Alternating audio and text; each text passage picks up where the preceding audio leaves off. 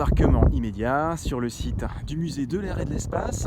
Nous sommes au Bourget, au nord de Paris, non pas pour vous parler des prouesses du Canadair, ni de la carrière interrompue de manière prématurée de la 380 qui se trouve en arrière-plan, juste derrière la star du jour, bien évidemment.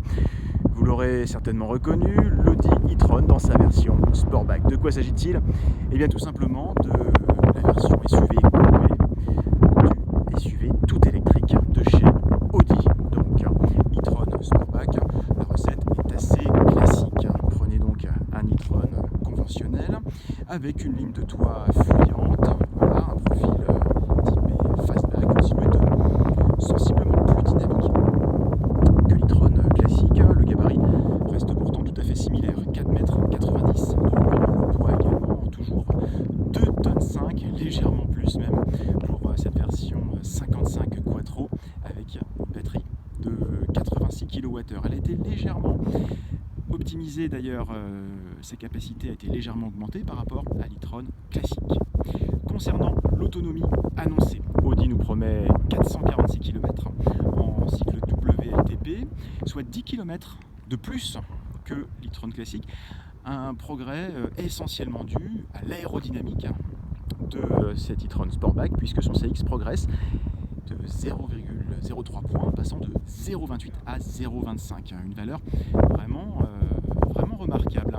On retrouve toujours, bien sûr, en option, les fameux rétroviseurs remplacés par des caméras, assez déroutants à l'usage, c'est vrai, ça demande un temps d'accoutumance et facturé tout de même 1850 €. Mais pour l'intérêt technologique, effectivement, on peut s'y intéresser.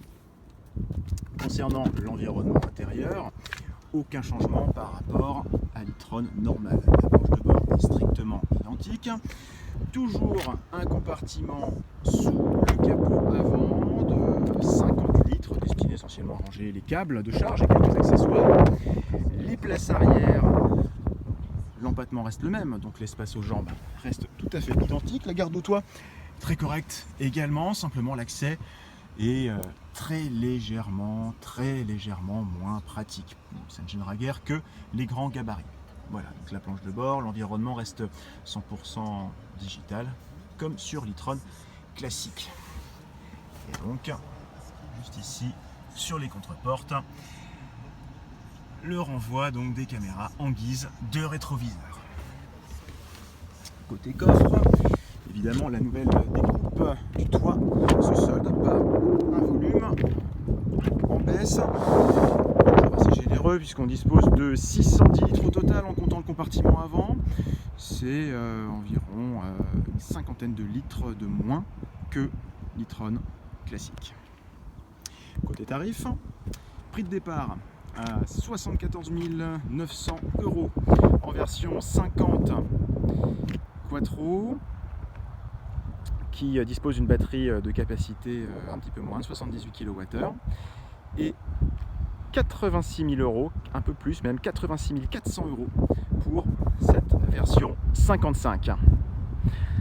Pour rappel, donc avec 408 chevaux en pic et 360 chevaux en fonctionnement nominal classique. Accélération toujours la même, 0 à 100 en 5 secondes 7. Des relances vraiment très énergiques. Et concernant l'autonomie relevée, eh bien évidemment il faudra vraiment adopter une conduite frisant le militantisme si l'on veut s'approcher de l'autonomie annoncée. Mais nous avons tout de même pu relever une consommation moyenne légèrement inférieure à 24 kWh au 100 km, ce qui peut laisser envisager une autonomie d'environ 300 km, un peu plus de 300 km sans effort d'éco-conduite particulier. Notons enfin qu'il est compatible avec la charge rapide, 150 kWh, bien évidemment comme toujours, à condition d'avoir accès à une borne de recharge Ionity. Là encore, c'est souvent le réseau qui fait défaut. Charge rapide qui permet donc de retrouver jusqu'à 350 km d'autonomie théorique en 30 minutes.